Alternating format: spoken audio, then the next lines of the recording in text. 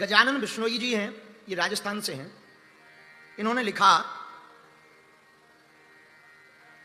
दुखों से बचने का उपाय बताएं। हम धाम तो नहीं आ सकते क्योंकि उम्र हमारी 85 साल से ज्यादा है।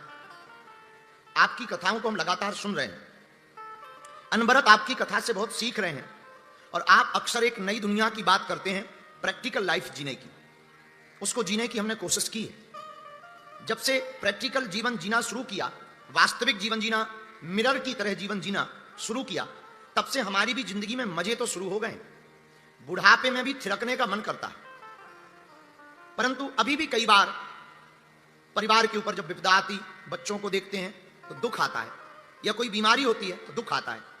आप कृपा करके हमारे पहले प्रश्न का उत्तर ये दें कि हम दुखों से कैसे बच सकें। तो आपने कहा कि हम 85 साल के हैं। उम्र का इसमें कोई लिहाजा या तकाजा नहीं है कि आप उम्र में कितने हो। गजानन जी, एक बात बहुत स्पष्ट रूप से सुनो, मस्ती तो जितनी बुढ़ापे में आनी चाहिए उतनी जवानी में भी नहीं होनी चाहिए। क्योंकि बुढ़ापा जो होता ना, वो अनुभव से परिपक्व होता है, बुद्धत्व की तरफ होता है बुढ़ापा, प्रज्ञा से भरा हुआ होता है बुढ़ापा। क्योंकि हम जो देखने के लिए निकले हैं, भाई साहब को तुम देख चुके हो। अभी हम तो जीवन प्रारंभ जीना शुरू किए हैं, और आप तो इस उम्र के पड़ाव पर पहुंच गए हैं कि आपने तो दादाजी क्या क्या नहीं देखा होगा। तो गजानन भगवान, हम तुमको एक प्रार्थना करें। आपने पूछा कि दुख से कैसे बचें। ये तो बात ही छोड़ो कि दुख से कैसे बचें। इस संसार का नाम ही है दुखालय। आप विद्यालय में जाओगे तो विद्या ही मिलेगी, आप मदिरालय में जाओगे तो मदिरा ही मिलेगी, आप भोजनालय में जाओगे तो भोजन ही मिलेगा। वैसे ही गीता में स्पष्ट रूप से भगवान कृष्ण ने कहा है, दुखालयम, ये संसार दुखालय है, तो तुम्हें दुख तो मिलेगा ही मिलेगा। और तुमने कहा कि हम धाम आ नहीं सकते, जरूरत भी नहीं है। और हां, याद रखना, हम इस बात के पक्षधर नहीं है कि तुम धाम आओगे या किसी चमत्कारी महात्मा से मिलोगे तभी तुम्हारा दुख निपटेगा। नहीं, हम जो दुनिया नई देखना चाहते हैं वो ऐसी देखना चाहते हैं कि तुम भले ही हमारे पास मत आओ, जहां भी रहो पर मौज में रहो। अब आपने पूछा कि उपाय क्या है, तो सुनो, दुख तो तन को होता है, मन को क्या खाक दुख होगा। अमेरिका में एक महात्मा जाते हैं, और महात्मा तो महात्मा रहे होंगे हमारी जैसी क्वालिटी के, फक्कड़ महात्मा, कोई टेंशन नहीं, और पता नहीं किससे क्या कह दिया अंग्रेज से। उस जमाने में अमेरिकन भी भारतीयों से थोड़ा चिढ़ते थे, खासकर भगवान से शायद, तो पीटने लगे, बड़े जोर जोर से पत्थर फेंकने लगे, बड़ी चोटें लगी, हाथ में घाव बन गया। पर वो महात्मा हंस रहे। तो किसी व्यक्ति को दया लगी, उसने पुचकार कर समझा बुझा कर अंग्रेजों को ठीक किया, महात्मा को वापस बाहर लेकर आए। पर महात्मा से पूछा कि एक बात समझ में नहीं आई, आप पिट रहे थे और हंस रहे थे, ये बात समझ से पड़ी। तब महात्मा ने क्या गजब का जवाब दिया, बोले अपने राम पिट रहे थे तो अपने राम हंस रहे थे। तो उस व्यक्ति ने कहा ये बात हमें कुछ पल्ले, और पहली बार कोई ये बात सुनेगा तो उसे पल्ले पड़ेगी भी नहीं। बोले हमें कुछ समझ में नहीं आई। तब बहुत मुस्कुराते हुए महात्मा ने सिद्धांत बताया, बोले पिट तो तन रहा था, मन तो हंस रहा था। जब तक तुम तन को अपना मानोगे, जब तक तुम संसार को अपना मानोगे, तब तक गजानन जी दुखी ही रहोगे। दुख तो तन को होता है, तुम तो शाश्वत हो, तुम तो चैतन्य हो, तुम तो अजन्मा हो, तुम्हारा तो कुछ बिगड़ता ही नहीं है, तुम्हारा आज तक कुछ बिगड़ा ही नहीं। ये दुनिया जो गाली देती है वो तुम्हारे तन को देती है, और तुम तन हो नहीं हो। याद रखना, ये तन तो कईयों के चले गए, लेकिन फिर नया जन्म मिलता है।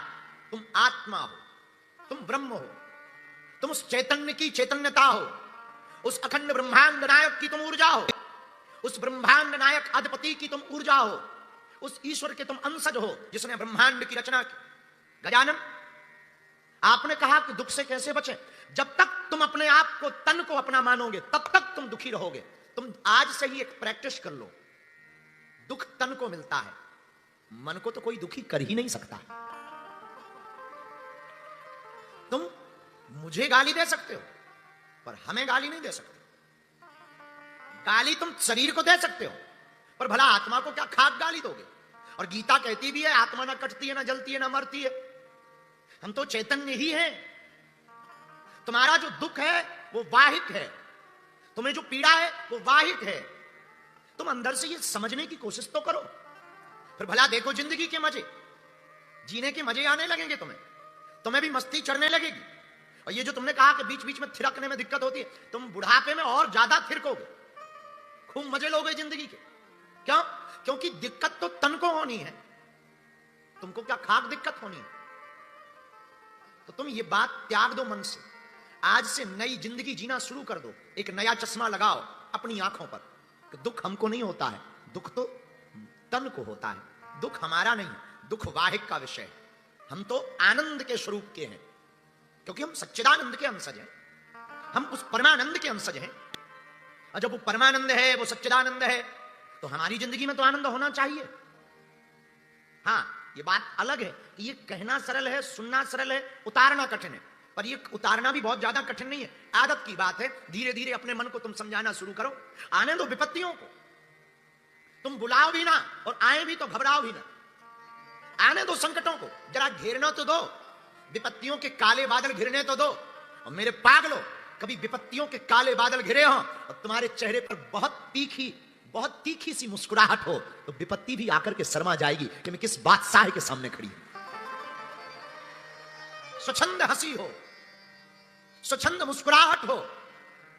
कभी तुम देखना तुम्हारा पति पत्नी यहां बहुत बैठे हो, खासकर हम पतियों के लिए एक बहुत सिद्धांतिक बात बता देते हैं, मजे की बात है, तुम्हारे काम आएगी। हो सकता है कल तुम हमें दक्षिणा भी चढ़ाओ। जितने विवाहित पति बैठे हैं, तुम्हारी पत्नी तुम्हें गाली बके कुछ नहीं करना है, बस तुम हाथ बंद करके वो हंसना शुरू कर दें। Oh how so sweet. किसी को भयंकर गुस्सा चढ़ गया, तुम हंसो, क्या लग रही हो, तो और वो चिढ़ जाओ, हम खा जाएंगे तुम्हें, हम बर्फी हैं क्या। फिर देखो तुम सामने वाले की गुस्सा, हम तुम्हें मार डालेंगे, हैं तुम काल हो क्या। सामने वाला अपनी ही गुस्सा से हैरान हो जाएगा, तुम्हारा बाल बांका नहीं होगा। गजानन, हम आपको कहना ये चाह रहे हैं, ना तुम ताली में फंसो ना तुम गाली में फंसो, दोनों से परे हो जाओ। सुख में इतराओ मत, दुख में घबराओ मत। आने दो विपत्तियों को, तुम निमंत्रण भी मत दो पर दुत्कारो भी मत। तुम सत्कार भी स्वीकार मत करो पर दुत्कार भी स्वीकार मत करो। तुम अपमान भी स्वीकार मत करो पर सम्मान भी स्वीकार मत करो। तुम तो बने रहो सम, ठहरे रहो पानी की तरह, ठहरे रहो चांद की तरह। कोई फर्क नहीं पड़ता चांद को। कोई चांद की उपमा देता है, कोई चांद को गालियां देता है, कोई चांद पर कीचड़ फेंकने की बात करता है। कई बार धूल ऊपर उड़ करके जाती है, कई बार धुंध ऊपर उड़ करके जाती है। मैं अभी चांद तक पहुंच जाऊंगी। बड़े बड़े पक्षी दौड़ लगाते हैं, ऊपर उड़ते हैं, मैं चांद पर पहुंच के बताऊंगा। चांद को कोई फर्क नहीं पड़ता, चल रहा अपनी मस्ती में। तुम चंद्रमा की तरह हो जाओ, ठहर जाओ।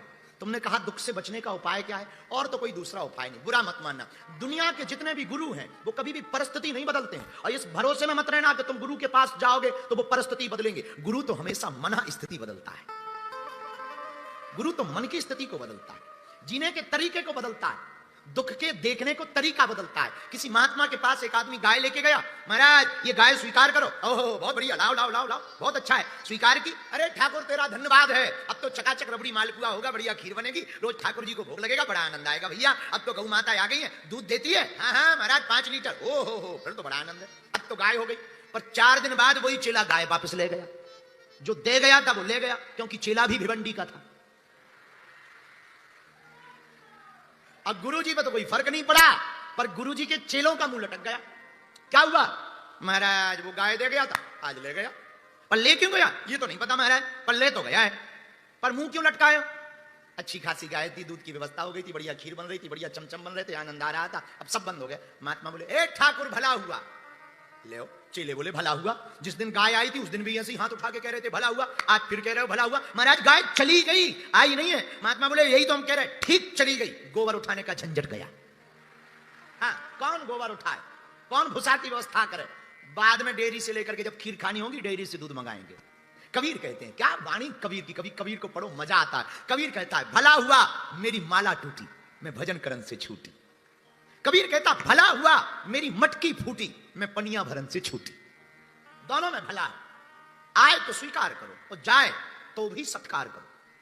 मेरे पागलों, गजानन तुमने पूछा है कि कैसे संभव है दुख से बचने, इसके अलावा कोई दूसरा रास्ता नहीं है दुख से बचने का। अगर तुम पूछो कि कोई ऐसा देवता हम तुम्हें सिद्ध करवा दे, तो इस भरोसे में मत रहना कि ऐसा कोई देवता हो कि जो दुख ही ना आने दो। ये भी मूर्खतापूर्ण बातें हैं, क्योंकि वो नारायण भी जब नर बन के आता ना, वो भी झंझट में फंसता, उसे भी बन जाना पड़ता। क्या क्या नहीं होता ब्रह्म के साथ। जब ब्रह्म के साथ ये हुआ तो हम लोग तो छोटे मोटे कीड़े मकोड़े ही हैं। हम लोगों के साथ तो हो गई, तो ये बहुत ज्यादा तुम उसमें मत रहना कि क्या करें क्या ना करें। दुख से बचने का यही उपाय है।